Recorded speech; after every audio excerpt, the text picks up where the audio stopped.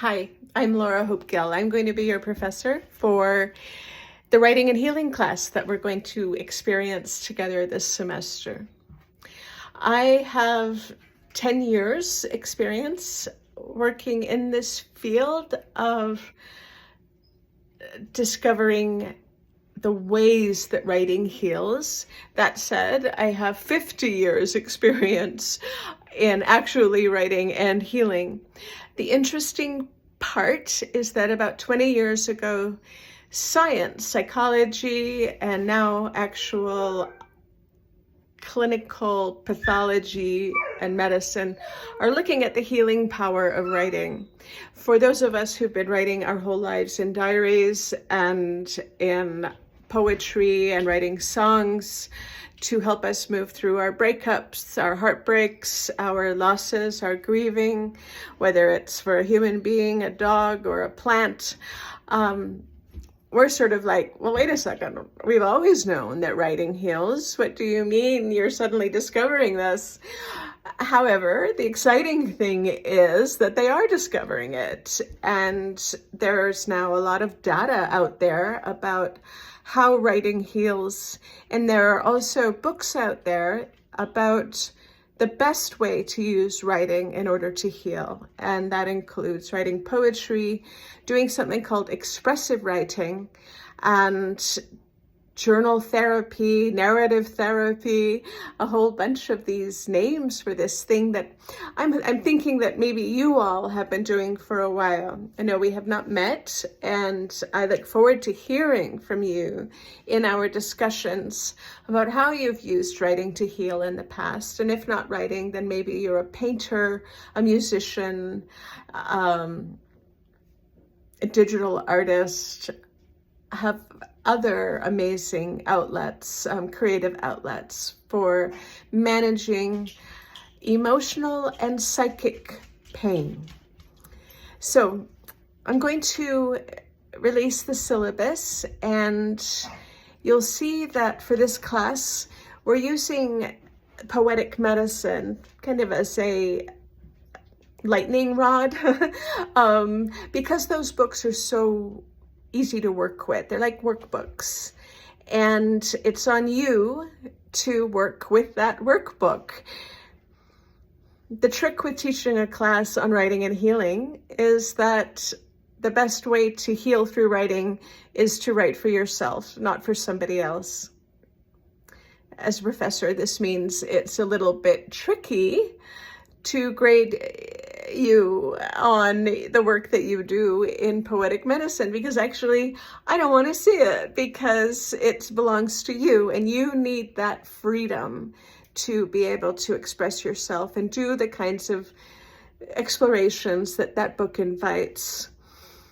The discussions in Canvas are going to be removed a bit from those deep personal experiences. You are welcome to disclose what you want to. You do not have to. We can talk plenty about healing. We can talk plenty about creativity without having to share our traumas. I hope that while you're taking this class, you have emotional support. Even if you aren't taking this class, I hope you have emotional support. I will include in the syllabus, if not the very first week, but shortly after, opportunities for getting counseling assistance. I know that the administration at the university has really prioritized well-being, and so you can get free therapy, and there are hotlines to call and all of this. Because when we're putting writing at the center of our life, when we're actually putting healing at the center of life, it's amazing what comes up. We do heal, and that healing doesn't always feel awesome. It doesn't always feel wonderful. Often it brings up some emotions that are uncomfortable. And this is an online class, and so we won't really get to connect to provide the support that might involve, that might require. So please have other resources available. I won't say everything here on this video, but I did want to introduce myself. I also want to explain why I'm wearing sunglasses, and I'm not just trying to look chic. I have a brain injury that occurred a few months ago, and it makes me very photosensitive. So looking at screens and being in light are a tricky thing for me. So I wear the sunglasses. They're special. They block out blue light that comes from computer screens. And I realize the entire world has a lot of blue light in it. So that's my disclosure of something that I'm healing from. I've got other stuff. You've got other stuff. We've all got stuff. And I want us to be gentle with ourselves as we move through our stuff and learn how to make friends with our own stories. And this helps us bring in more story into our lives, not shut down, not close our hearts, not try to shrink our world. We want to learn in this class that we're constantly healing and we're constantly getting hurt and we're constantly finding balance between what we want to happen and what doesn't happen. And we're going to do that together. There's a lot of us taking this class, and I really look forward to the discussion. And I'm here. My email is laura.hopegill, Hopegill @lr.edu.